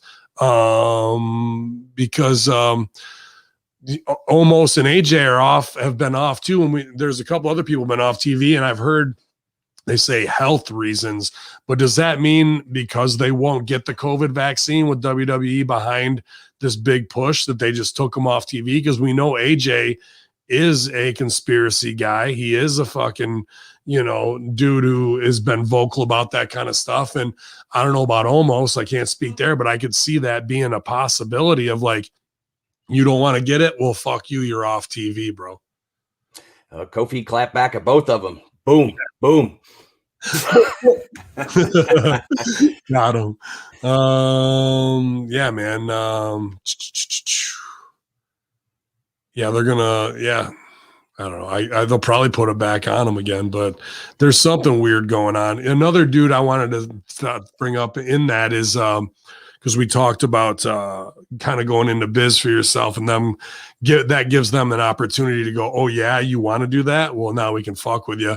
Keith Lee, look at how quick he came to prominence, and then after a couple botches and maybe Vince getting tired of playing with that toy and putting on a little weight here or there and not being as serious as they want to be, or the William Shatner level, like bad William Shatner promos. He did I want this too. Like, okay. Like you can't be a giant and go, give me my shot. I want this, you guys. You just gotta go lose 40 pounds. You got to hire an acting coach. You got to get 10 times better till you're undeniable. These vanity tweets of look at me only open these NXT WWE workers up to be fucked with by upper management, in my opinion. Yeah, and I think there's something also to be said about, putting someone on a pedestal too quickly. Sometimes they have a tendency to do that. And, these wrestlers coming in from NXT who are still, in a sense, learning who they are as performers. And yes, NXT helps with a little bit of the seasoning, but I feel like, being up on the main roster, that's your time to start, really developing as a character, let people get to know you. They brought him in from zero to hero just right away. Hey, this guy's, the next big thing, Keith Lee. And, how do you live up to that hype? I mean, there are some that maybe have that ability. Brock got him over at the Rumble with just a look. Like He's walking down the ring and all he had to do was go to Brock, and Brock's reaction of like, oh, this big motherfucker, let's go, pull down the straps or whatever. Like, that was it. They didn't even have to touch. Like, Keith Lee was made just off of that alone, off of Brock. And then they overexposed, you know what I mean? It's like he just needed little moments like that to, over the course of, weeks to months, the impact of what he does gets bigger and bigger. But they went right from that one small moment that really meant something to, okay, now they put him in 15, 20-minute main events and overexpose them. It's like, well, that's not how you add intrigue and well, yeah, that's really the word, intrigued with a superstar by saying, well, now you like them, or we're going to give you way too much of them now. You need a baby who's been beaten down by a crew, who's going into a match. Who's his tag partner going to be? Keith Lee, right? And out of nowhere, and then you see all the heels like, oh, fuck. You never thought Riddle would be tagging with Bro Lee again, and here they are to go against whoever. But like, they overexposed him, or some open challenge shit where out of nowhere he comes and you get to see the heel like, oh, I'm fucked, Instead, he was just out there wrestle. And when you got a guy that's a draw like that based on his size, you got to protect him and use him at the right times to get him over. You're absolutely right on what you're saying there, Beast. Yeah. WWE star Daniel Bryan spoke with TV Line about his contract. So people said it's up in September. Man, this is long. I'm trying to find the soundbite here, or just the clip, but it goes on forever. Yeah, but he clarifies his WWE contract does not expire in September. That everyone was expecting. He'll be signed when September ends. Sorry. Yeah, I'm sure he will be, man. As he, just lost in a great main event on SmackDown, so he's barred from SmackDown. So he's either going to Raw or NXT. Interesting. Or he's going to Natty and TJ's dojo. That could be the next place. He could finally learn how to wrestle. He'll start tweeting, I want it after that. Yeah. But I just don't see where he's going to fit in on Raw. You got Bobby Lashley as the top guy there. I don't see him fitting into that storyline.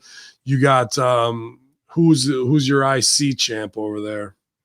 Oh shit. Oh, it was Riddle, and then it was Riddle got beat by Sheamus.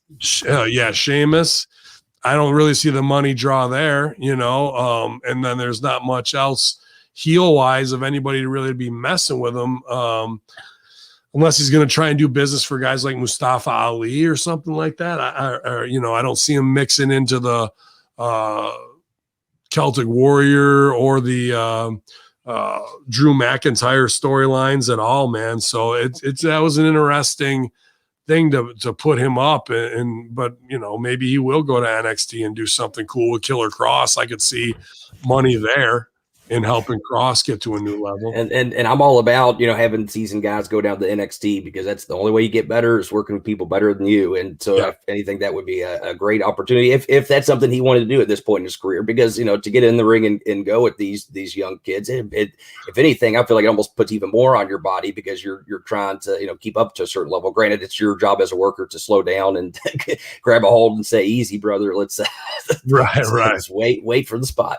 Right. That being said, I think it definitely would, at least from a development standpoint, be a gift for the guys in NXT to have the opportunity to work with them. Yeah, I think so too. And there could be some cool martial arts and shooter stuff with him and Cross, but I just don't see him going to Raw and really helping the ratings or fitting into a storyline that's going to be believable that he could beat Lashley, Drew, or Sheamus. To be honest with you, that just doesn't look real to me. Yeah. Former Nexus star says John Cena buried him. Okay. Buried me. He buried me out there. Who was that? I don't know, but that popped in my head as you said that, because I know it's something that happened. It was a contract guy. It was a contract guy during our time, 2006, 2007, before they left. I almost want to say like it was Oxenhammer or something like that, but he buried me out there. Michael Tarver, best known for we laughed our asses off about that. I know. That was a quote for like the summer. He buried me. I had only worked for about 4 years in the Indies before I got my contract. Good for you. Drew Taylor and I got a car from Youngstown, Ohio, drove up to Rochester for a tryout at a SmackDown taping, where when I got there, Brody Lee was there. So much talent. Mike Tolar was there. Shout out Arms. A bunch of people were there. What happened was I just walked in. I wasn't booked. I told this story a number of times. I don't know if it ever got back to WWE. I just literally walked in. We go to Extra Talent, change, go to the ring, go to catering. I'm standing there next to Jamie, and Jamie Noble points at me, and we get in the ring and have this match. That's funny. Jamie just points at him and fucking, you motherfucker. Yeah, he turned to his left, turned to his right, then realized, wait a second, he's pointing at me. I'm so nervous. Edge and all these superstars that I've only seen on TV are taunting me and making fun of me. According to Tarver, WWE was already aware of his work. WWE does their homework. They watch everything. Johnny Ace was telling me about matches that I had before I got there. I was like, how do you know that? He said, I'm going to send you to OVW. I leave the office and I go to find Drew. We find a little corner and sit down. I said, Drew, they're sending me to OVW. We literally sat there and cried. From there, it was on to OVW, WWE's developmental program. Tarver recounted getting booked for his first match. He says, I drove to OVW. I'm nervous. Bruce Pritchard was there. I just volunteered to jump into a drill. It was a psychology drill. It wasn't just doing a bunch of spots. You had to connect 5 moves together. That night we had a house show and they put me in a match with Ace Steel. Shout out Ace Steel, great guy. Shortly after signing, Tarver was brought in as one of the members of Floyd Mayweather's entourage for Mayweather's WrestleMania 24 match against Big Show. Tarver believes he was used in spots because WWE wanted to train wrestlers to keep things running smoothly. Yada, yada, dude. This keeps going. I'm just trying to find where Cena buries him. He buried me out there. Yeah, I guess because it was NXT's biggest rival, Cena just targeted him. But he said, "But it is what it is." But dude, I don't remember Tarver being there at the time. He must have just left when I was showing up because I was there when Hammer got in the Floyd Mayweather spot, and that was like a big thing for us. But I don't remember Tarver there when I was there in '06 that much.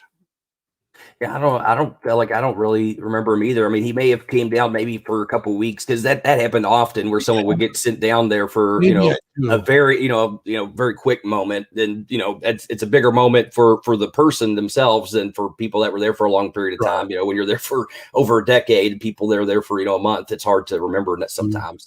But yeah, I don't recall that either. Maybe I do remember one or two matches where he came out with the mask thing on a little bit. I don't know, man. And he was like, maybe he worked like the post dark. This was Matt Tarver was his name.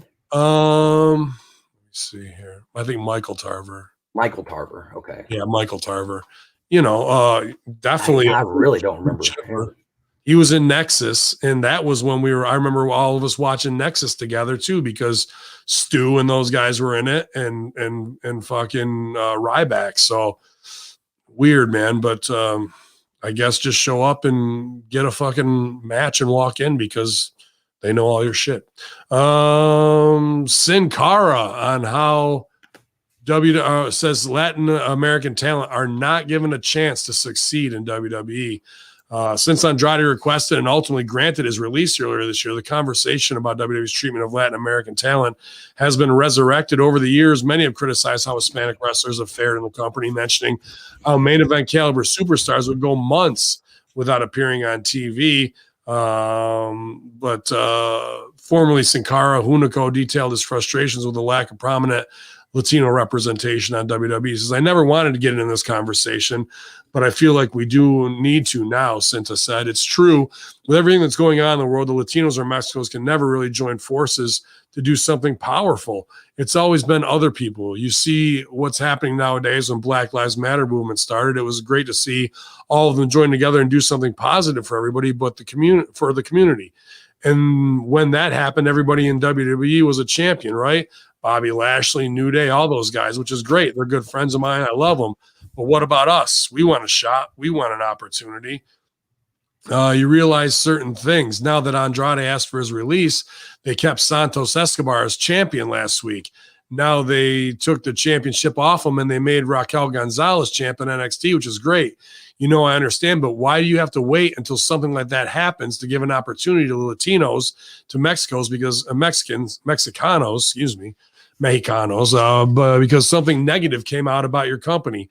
It's very obvious and it's very sad for a lot of the boys that are right there now. Yeah, that was an interesting thing where they took it off of Escobar, put it onto I can't think of the Japanese guy's name who dresses like Back to the Future. He's good. Kushida. Yeah, that guy. Yeah, Kushida, real good. And when he first came to the States, actually, I got a chance to work him when he first came in and didn't speak any English. That was interesting. Yeah, it was actually myself and Revolver against him and Nick Dinsmore. Wow. That was, but he was it was a good learning opportunity because that's where you learn to call it in the ring. And really, it wasn't calling, it was more body language. And luckily, we had Nick, who obviously was able to, call a lot of that. But he was a really good hand, and that was over 10 years ago. And so it's good to see he's, continuing to put in the time and the effort and getting an opportunity now. Yeah, man. And we, Ray's been on top.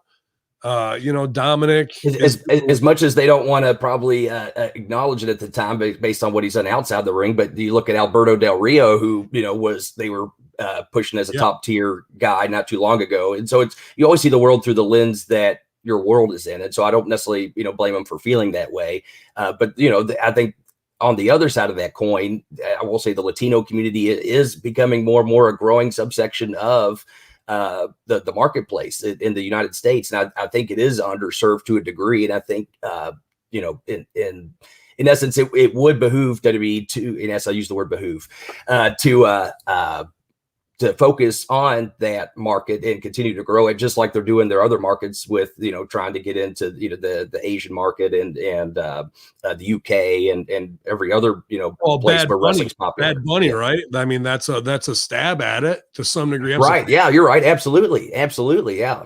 So I think, it's easy to say, I didn't get a fair shot because it's, of who I am in my race, but at the same time, I can see it from both perspectives, but I do think there has been opportunities, but could they have been capitalized more on that market?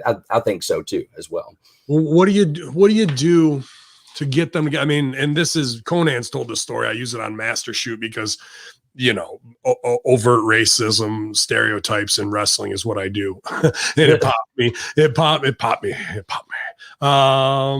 Fucking when he told the story that when they wanted Ray to be champ and they had to do the big vote and all that bullshit, but Vince was calling Latinos pepper bellies. Yeah, these goddamn pepper bellies. I've never heard that as a racist term for. I haven't either. I just think it's funny to pick a food and put belly behind it. So like these goddamn German pretzel bellies, like whatever, but what we obviously had this Black Lives Matter movement that has, changed our entire landscape, in this country and really put together, and elevated African Americans in WWE with Hurt Business, even though they fucked that up now, taking Cedric and Shelton out of it.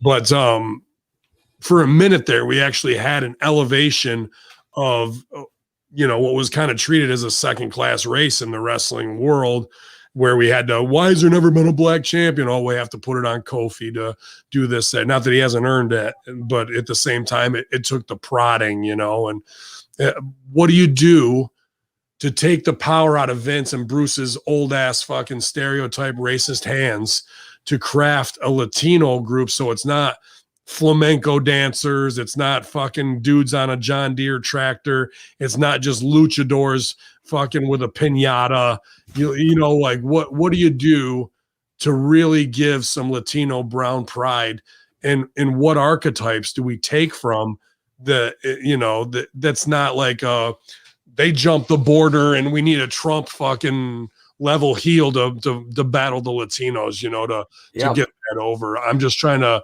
they have the answer right there in NXT. Santos Escobar is playing up that kind of well, he's Pablo Escobar. He's a narco, right? Like, so yeah, in a sense, but he's playing up a bit of the culture, but in a way that's smarter, I feel like, and still strong as a performer. I don't know if you've seen a lot of his NXT stuff. I remember just a few months ago when I was watching, I was really impressed with his presence. That was the first thing, and he could work too. And he played up aspects of the Latino culture without it being just punch in your face. Like you said, making a stereotype. It's more so he's tired of being the stereotype. He's a proud Latino man, and so there's aspects of the culture that he brings to it without saying, "Hey, look at me, I'm Latino." You know what I mean? And like I said, he plays up a little bit of the Escobar, a mafia cartel type deal. And so I think there's a lot I love that shit. I love that narco shit. Now here's the question: when they bring up to the WWE roster, are they, going to have him flounder, or if they let him do what he's doing down in NXT, I think absolutely he can become a top tier superstar. It's just up to, are they going to let him come in and do that? Yeah, I mean, because even if you bring it up there, I mean, don't get me wrong, I like that, all that Pablo Escobar shit, the El Chapo type stuff, but that's me, is like liking crime and gangster shit, but even that's still pretty stereotypical, so I'm just trying to think of things that aren't MS-13 or those are some really bad hombres type fucking Trump bullshit that is gonna empower them. And I guess I'm not aware enough, because if you do it, Vince is going to have them coming in low riders and the same old shit, the Eddie stuff, which got over, but in today's cancel culture, that could get you more heat. And the thing is too, with that Escobar guy, so good on camera, especially in pre-tapes. They had an awesome shitty 6-man for the main event of NXT last week, like almost picture perfect beast, like OVW, wow. Dark, yeah, the hot, everything was there. It was fucking really good. But the guy, I gotta say it, if they got rid of Andrade, and this guy is like Andrade version 2.0, but I think he's better on camera. but he's 2-3 inches shorter, and Andrade wasn't big. When Vince, you're right. That's fair. You're right. When Vince sees that, they're not going to have faith in him, no matter how good your acting is, bro. You know. True. That's where, you'd almost have to pair him with someone almost like, and he's already doing it. They have the AJ Styles doing the big guy, bodyguard gimmick. You can do something like that, but that's already been done, or it's already. So do you pair them with Damian Priest? Because that's what I'm thinking. Yeah, and this is stereotypical, but it's just true of genetics. I'm not fucking making an assumption here. This is just it that Mexicans aren't fucking usually over 6 foot. You know what I mean? And here we have a dude who's very small, so we need that Commander Aziz with Cruz dynamic. We need that almost AJ dynamic. I think Damian Priest is kind of the way to go with Escobar and the other two dudes that they have in a clique there. I'd like to see the Narcos thing play out just because I like that genre, but is it dangerous to stick to El Chapo MS-13 type shit? I don't know. True. And I think it's always comes down to the story too. I think there would be potentially some intrigue if he were to try to go after Dominic and teach him the real way to be a proud Latino man. Or Rey Mysterio, as he steps up and says, "Hey, motherfucker, that's my son." You know what I mean? Yeah. And I think there's a lot of interesting emotional stories you can tell with that. I think he could do something like with Daniel Bryan or other guys that might not be as physically imposing, but could still tell a good emotional story. The New Day would be another group that it could interact with. So I think it is possible now when you go to square them up against, say like a Bobby or Brock or Drew or Sheamus or one of those other big guys. That's where, he's going to have some muscle behind him, whether it's a group or something, in order to look credible, I feel like. But I still feel outside of those big guys, there's a lot of intrigue and other stories that can be told with other people on the roster. I think those are all great ideas, Beast, and I can see all that too. So I hope they do. But the weird thing is, Escobar, who's not anything to do with Andrade, what they're hinting here, did he lose his title because of Andrade's heat that they just said, fuck the Mexicans and fucking took the belt off him, bro, which is strangely possible, so. And our final story today, buddy, you probably saw this. Santino Marella, a good friend of ours, shares a stunning shot of his daughter, says she's built for WWE. Former WWE star Santino took to Twitter on Sunday to tout his daughter, Bianca Corelli, as a future WWE superstar. While tagging Triple H and Steph, Santino wrote that his daughter has been coached since day one to shine in WWE. He said, "Hi, at Game and at Steph. Remember my little daughter, Corelli Bianca? Well, she's a woman now, and she's been coached since day one to be a total superstar. Biology degree is done this summer.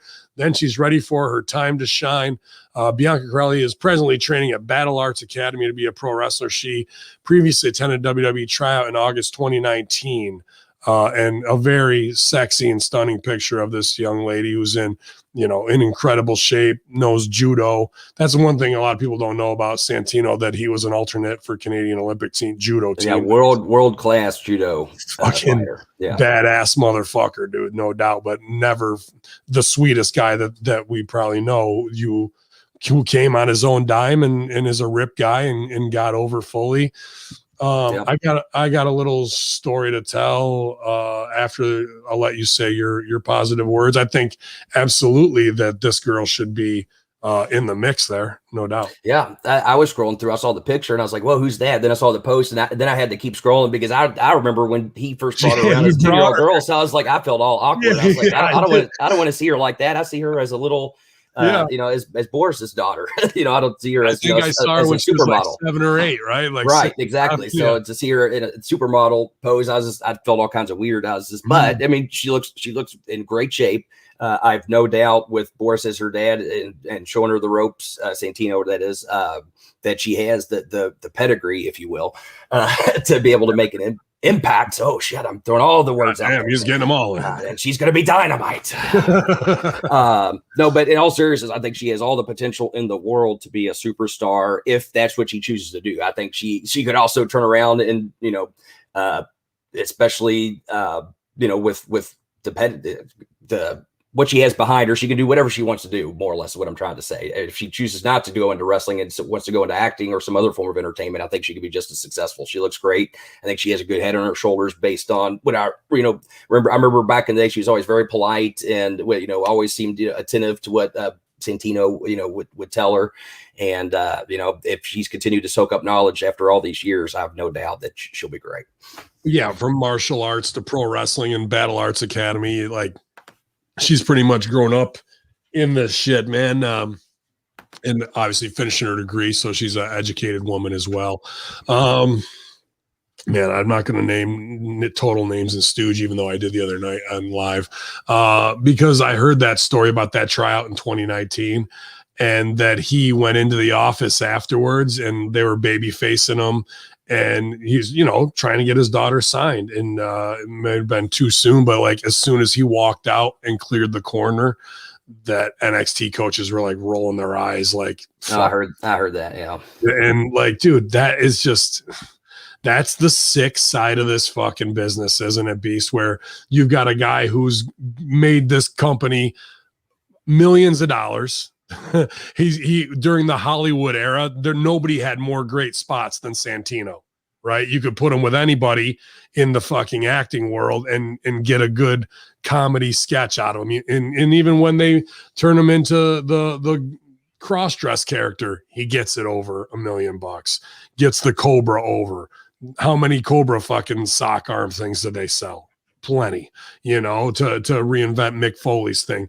And a guy who's a legit shooter who all he has to do is yell Cobra and fucking stick you in the neck one time, and that's the match. So, beloved. And a Rip Rogers guy who came on his own dime and got the contract. I mean, we remember that night. Like, that's right when I first started moving there and showing up, where they called him and said, "Hey, you know how to speak Italian?" And, "Oh, sure I do." And he's listening to Rosetta Stones on the way to Italy to win the title, jumping out of the crowd. Like, we were all fucking going crazy for it, man. So proud that one of our own went from zero to hero overnight and was ready. And before that, he was doing character Russian gimmick. That's why we call him Boris still, right? So yeah, I would much rather. I never wrestled him as Santino, but I have wrestled him as Boris, and I would much rather wrestle Santino than Boris because as Boris, that's where he brought all his judo skills to the table, and I've got my ass kicked and thrown and everything else, and so I'd much rather take a Cobra.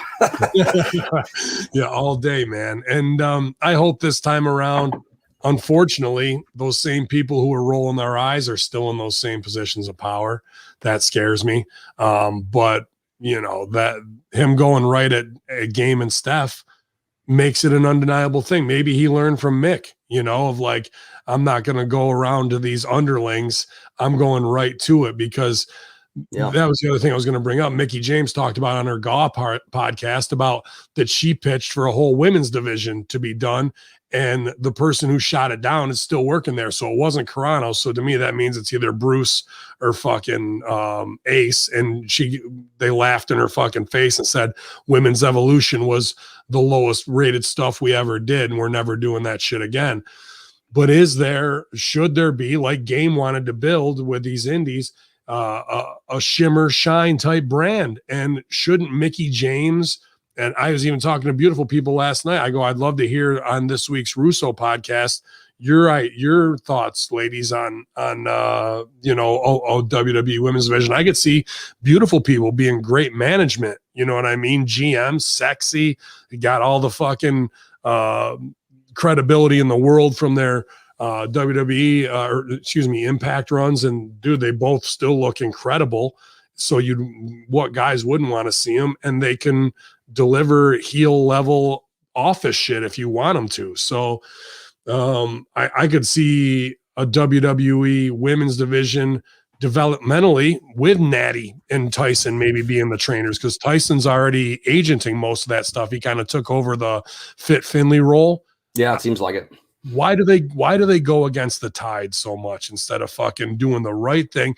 Mickie James is a babyface GM or anything along those lines. Bella Twins, there's plenty there to really get over for the eye candy and help these girls learn and be able to work, instead of we got to get these matches on Raw that somebody might die at any point because they're trying to do guys stuff too much, you know? I think there's definitely money in it. I mean, look no further than a company like Shimmer that's been around forever, and they've managed to continue to make money over the years. So I'm sure, if they were able to get the quote unquote machine behind it, they definitely could. But for some reason, it's not a priority right now. But their loss is really anyone else's gain. Wherever Mickie James chooses to go, she's going to be absolutely an asset to wherever she chooses to take her talents. And so if anything, I look forward to whatever's coming next for her. And I hope in the twilight years of her career, she can show what basically WWE missed out on in what she can bring to the table and helping to elevate the women around her. I think NWA is probably the company that's elevating women the best. Impact is right there neck and neck with them. But Impact, and we might get that dream match we talked about months ago. Hey, because I'm sure it won't be too long for Serena's back. She has that NWA women's title, so it would certainly make sense for Mickie James to come in and say thanks for keeping it warm. Because I'm not gonna lie, I'm biased. I want to see that match on television. And stars could align. Who knows? It could happen here, very soon, maybe in the next couple months. Could happen at 2CW reunion as well. It could too. But yeah, man, that's our headlines. A lot of good stuff today. A lot of good talk, man. Nothing super overcritical, but that real talk that we bring on the Monday locker room and that real Monday morning monologue, that always fucking gets me going, man. After I had a tough week and not feeling too well, that brightened my day, Beast. So I appreciate that. Thank you, buddy. No, I appreciate you bringing the words to the masses here every Monday on the locker room.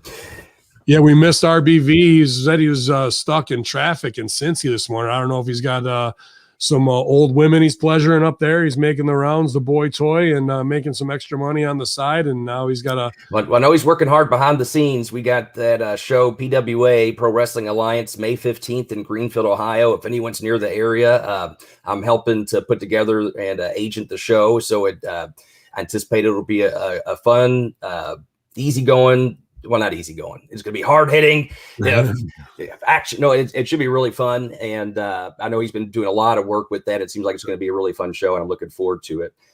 So I don't know if that's what he's doing, but I know he's been putting a lot of work behind the scenes, getting ready for that in regards to, marketing, making flyers and things of that nature. Yeah, that's the way it's going. Is he's changed his life incredibly in the last 3 years and become a top marketing guy for HMG, a great host, and now being a fool and crossing over into the world of wrestling promotion so we can flush all that down the toilet. Well, he's going to learn. I remember he was on the FR podcast, and the first piece of advice Rip gave him was to shoot himself for wanting to get in the wrestling. It's like, well, if one chooses not to take their life, Rip, what's the next piece of advice as far as being a promoter? He goes, well.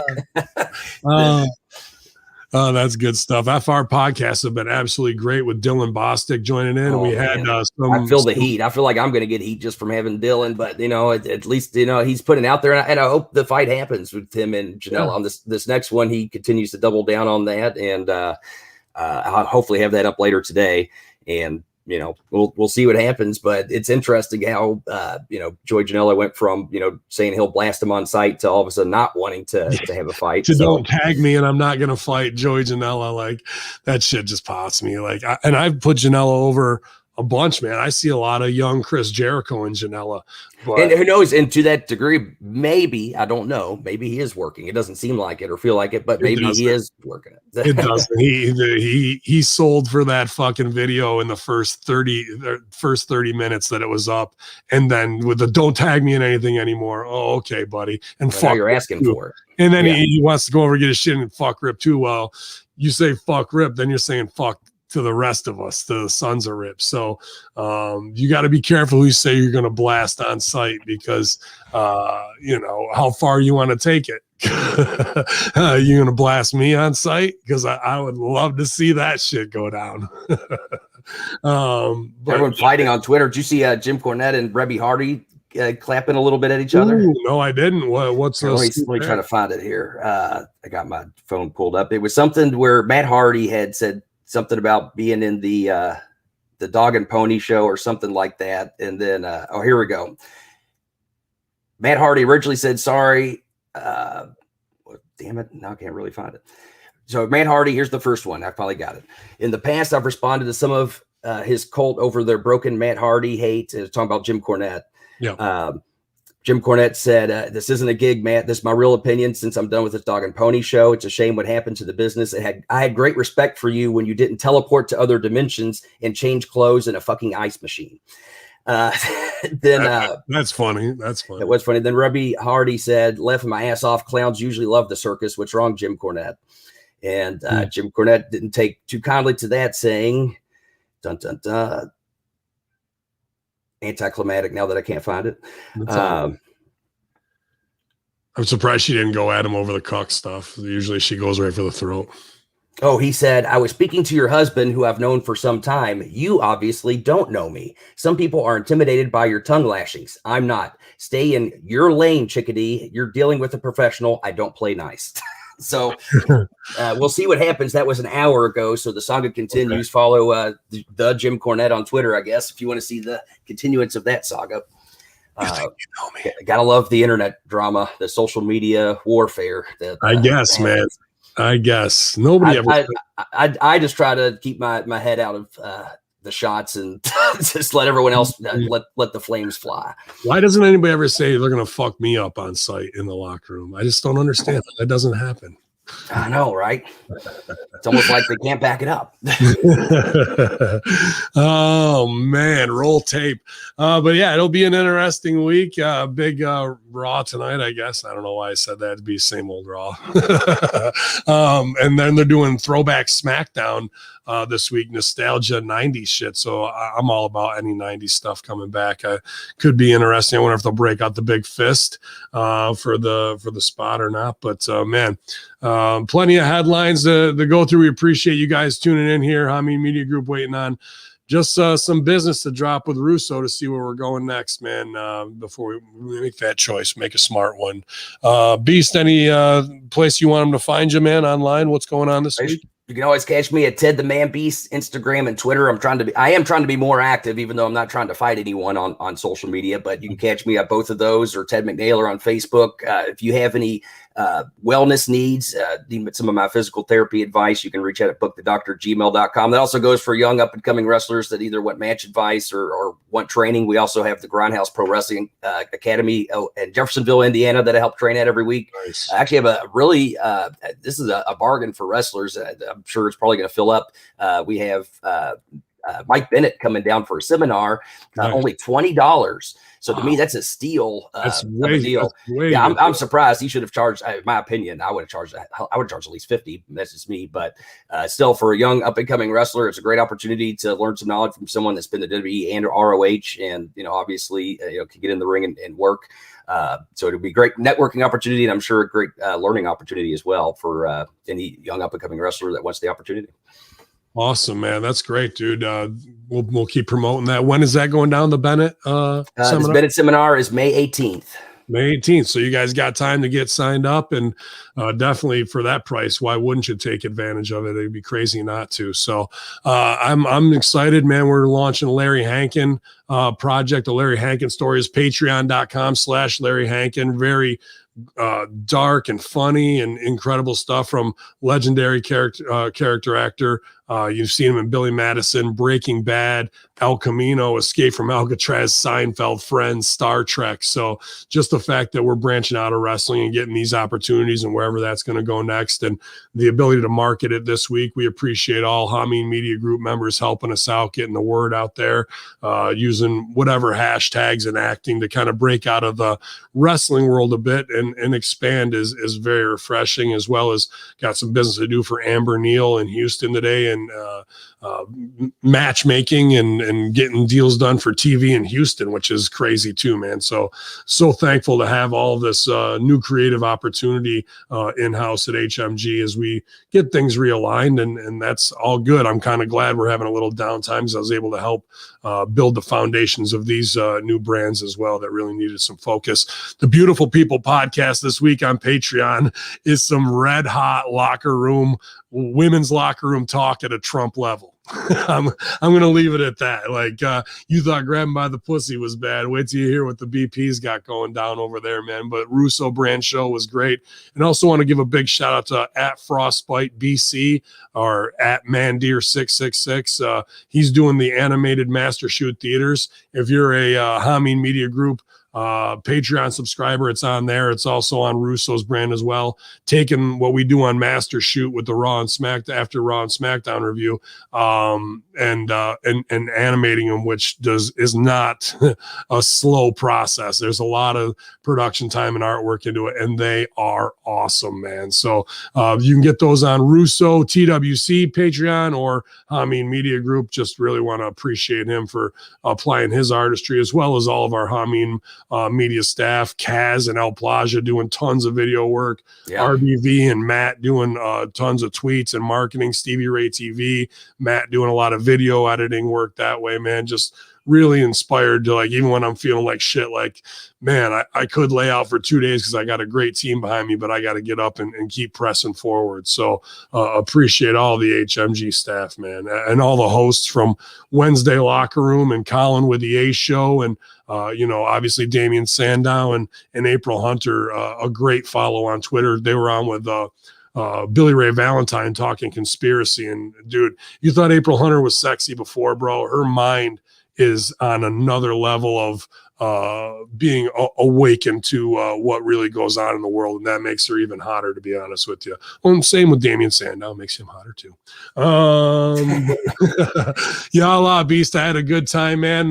Go out there, wrangle up some horses, and take a trip around the track for me, buddy, and drink a mint julep. I'm glad to be on with you on the Monday Locker Room Infidels. Yalla.